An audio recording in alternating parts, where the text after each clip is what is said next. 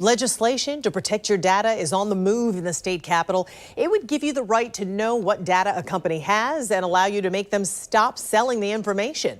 But as reporter Mike Vasalinda tells us, state and national business interests have launched a full court press against the legislation. House Bill 9 doesn't stop companies from selling your data, but it does give you rights. 1, it gives the consumer the right to know what information a company collects about them. 2, it gives the consumer the right to delete or correct that information. And 3, it gives the consumer the right to opt out of their data being sold or shared.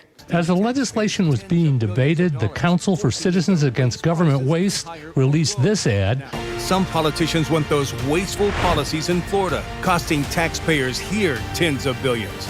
Democrat Andrew Learned offered 6 business-backed amendments to narrow who was covered under the bill. There's a reason there are 300 registered lobbyists on this bill. Businesses across the state of Florida are all crying foul.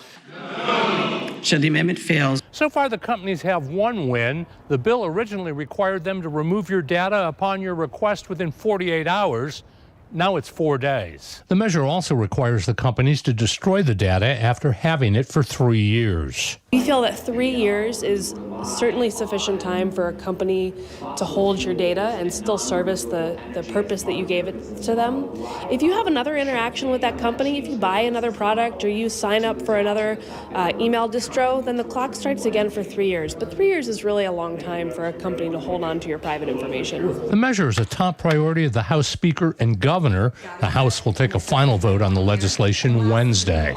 Reporting from the state capitol, Mike Vasalinda, Channel 4, the local station. For someone under age 18, the bill would require companies to get permission to sell the data rather than requiring an opt-out that's required for adults.